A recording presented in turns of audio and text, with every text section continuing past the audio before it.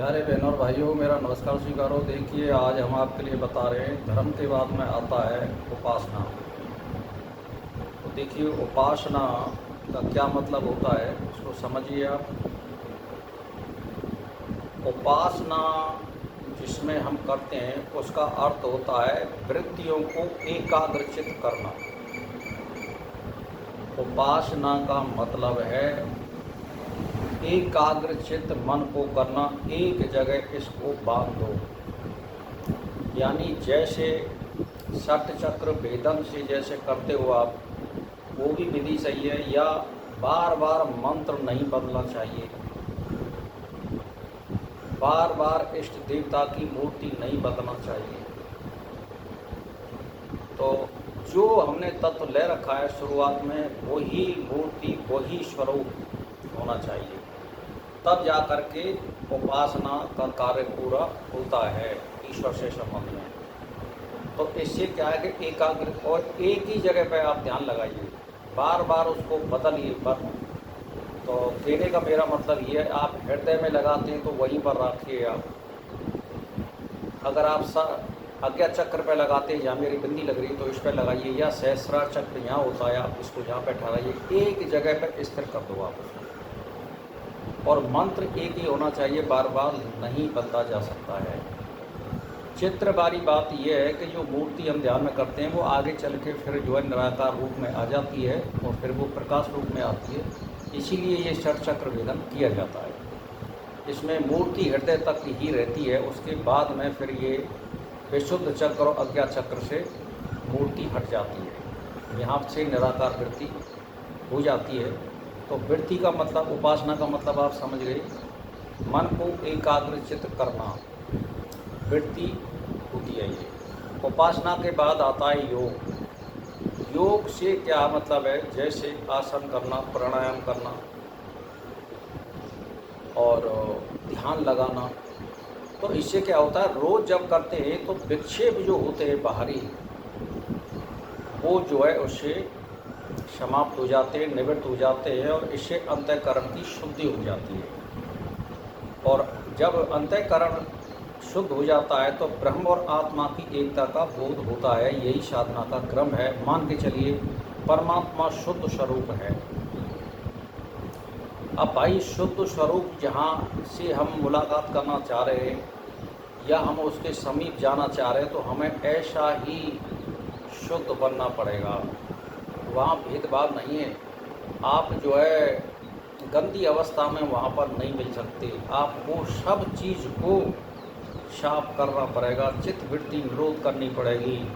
बाहर की साफ़ सफाई, नशेबाजी वगैरह या कपड़े वगैरह साफ़ सुथरे होने चाहिए, स्थान भी साफ़ सुथरा होना चाहिए, मन में बिल्कुल बेकार नहीं होना चाहिए।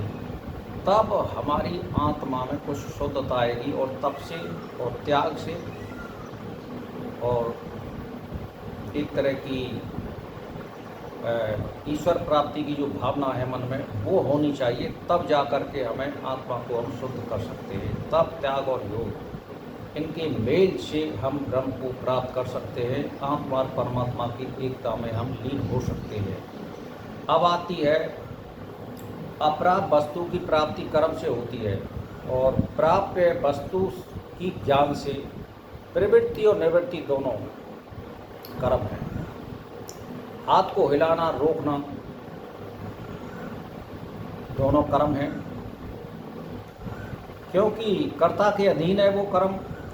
विवाह और संन्यास दोनों ही कर्म है। मोक्ष कर्म से पैदा नहीं होता है, ज्ञान से भी नहीं होता है। ज्ञान से भ्रांति की निवृत्ति होती है। अविद्या की निवृत्ति के बाद जो रह जाता है, यानी अविद्या की निवृत्ति के बाद जो रह जाता है, वही हम हैं। और हम जहाँ हैं वहाँ मुक्त है। आप समझ गए, वही बात आ रही है, निर्मल और शुद्ध चित्त वृत्ति निरोध, इच्छाओं से रहित हो जाना।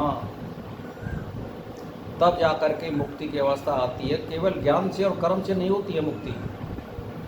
जैसे मान के चलिए रज्जू सर्प का जो उदाहरण दिया गया है, वो केवल हमें वहाँ से पर्दा हट जाता है। हम अंधेरे में टायर को या रस्सी को सर्प समझ लेते हैं। जब हम उसके या तो नज़दीक जाते हैं या उससे हम स्पर्श करते हैं या हम टॉर्च से या उजाले से देखते हैं तो हमारी भ्रांति मिट जाती है, वहाँ से पर्दा हट जाता है।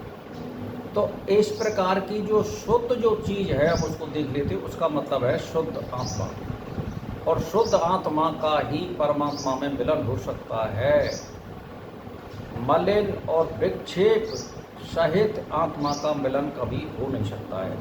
तो भाई और बहनों, अब आप सोच लीजिए कि उपासना विधि सात है और भक्ति प्रेम सात है। भक्ति में मुक्ति अपने पुरुषार्थ से नहीं मिलती है, भगवान की कृपा से मिलती है, आप समझ लीजिए। यानी भक्ति में मुक्ति अपने पुरुषार्थ यानी कर्म से नहीं मिलती है, वहाँ प्रेम की बात है और माँ ईश्वर कृपा से मिलेगी। आप अगर प्रेम भाव परमात्मा से रखते हैं तो